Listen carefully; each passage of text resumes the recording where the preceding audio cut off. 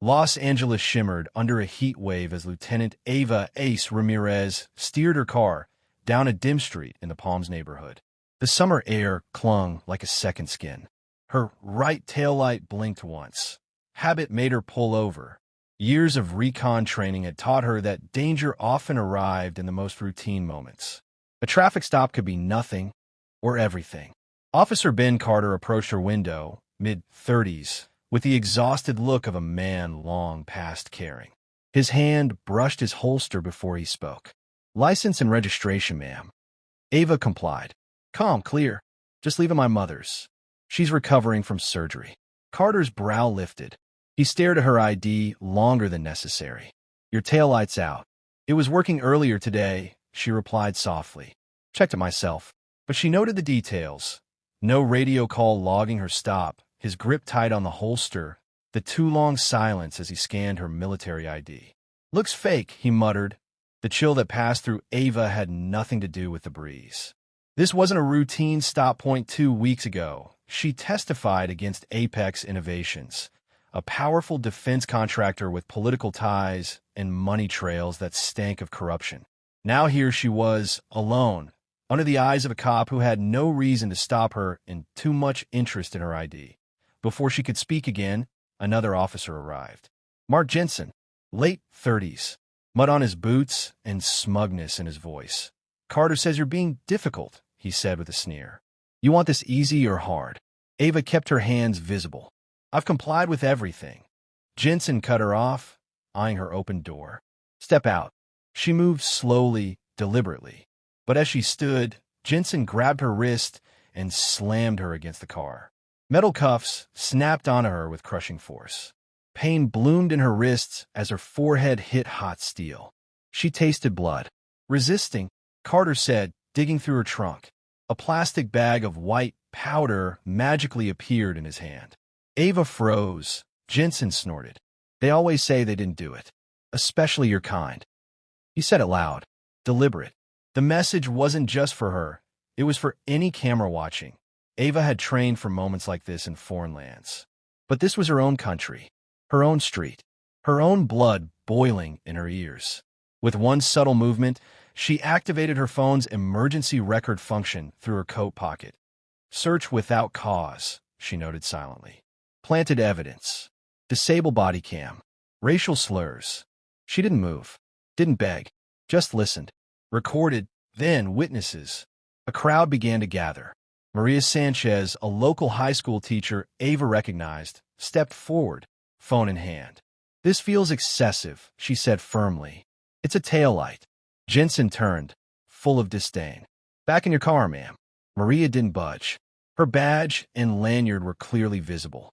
"I'm documenting." Other officers arrived. They saw what was happening, but none intervened.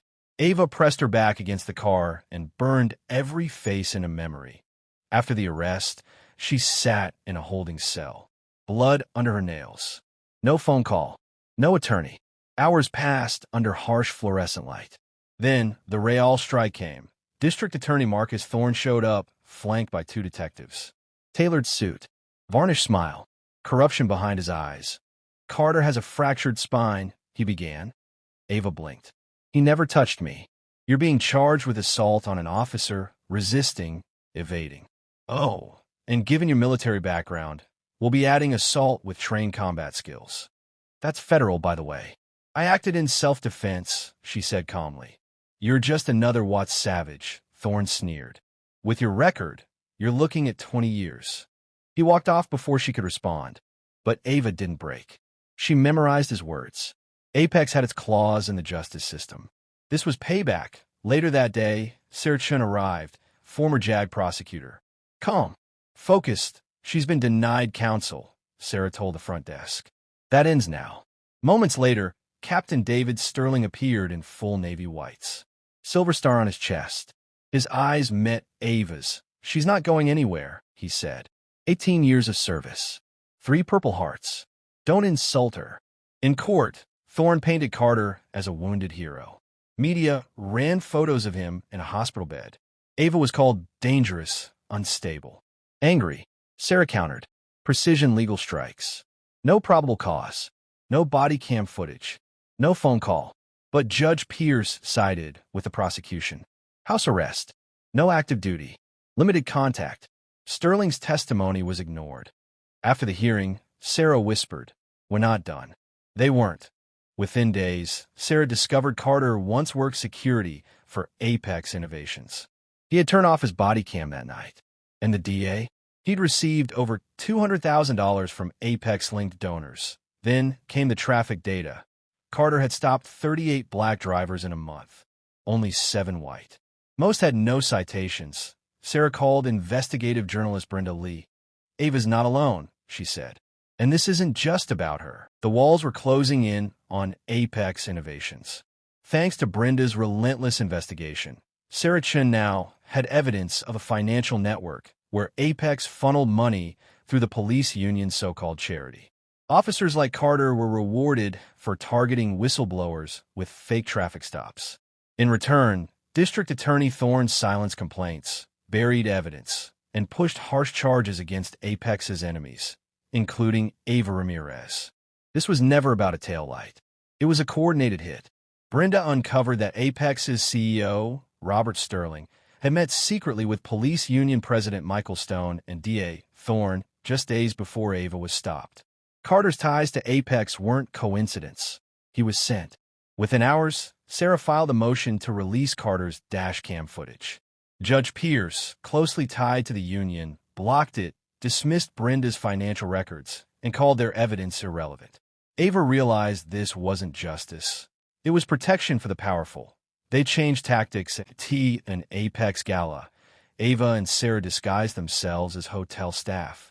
They witnessed Mayor Elizabeth Davis, Police Chief Thompson, and Sterling sneaking into a private room every half hour. Through an air vent, Sarah overheard plans to devalue low-income neighborhoods by targeting them with police harassment, buying properties cheap, then reselling after gentrification. That night, Ava was attacked in her home.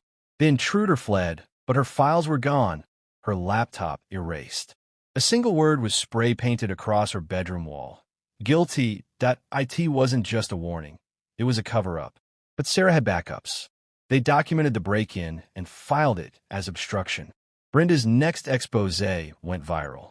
It exposed LAPD's Special Attention Program, detailing how whistleblowers, mostly black community members, were targeted by Apex-backed officers like Carter. The fallout began. A whistleblower, Officer Julian Diaz, released a list of license plates marked for surveillance. Ava's was on it. He also confirmed Carter's body cam hadn't failed. He'd turn it off intentionally.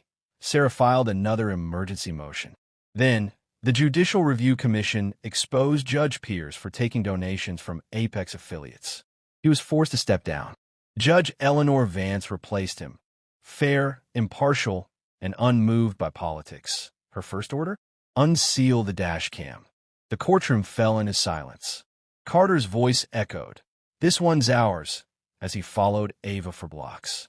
The jury saw everything.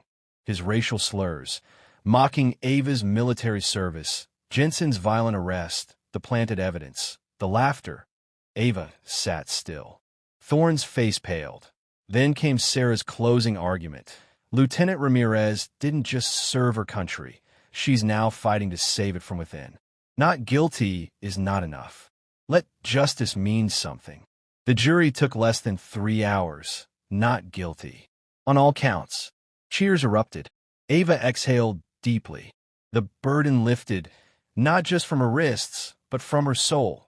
But the storm had only begun for Apex. Federal agents launched an investigation. Officer Carter was arrested for perjury and civil rights violations. DA Thorne was disbarred. Chief Thompson resigned. Union boss Stone disappeared from public viewpoints 6 weeks later. Ava returned to duty, but with a mission. She wasn't just a Marine anymore. She was a voice. With Sarah beside her and Brenda's book Behind the Sirens topping charts, Ava began speaking nationwide about corruption, accountability, and the quiet war veterans face at Home Point one evening. On the Santa Monica Pier, Ava watched the sunset and said quietly to Sarah, "They try to silence me with fear, but all they did was prove how loud the truth can be." Sarah smiled. "Now the whole city hears it." Their fight had begun in silence, in the back seat of a police car. But it ended in truth and the sound of justice finally being heard.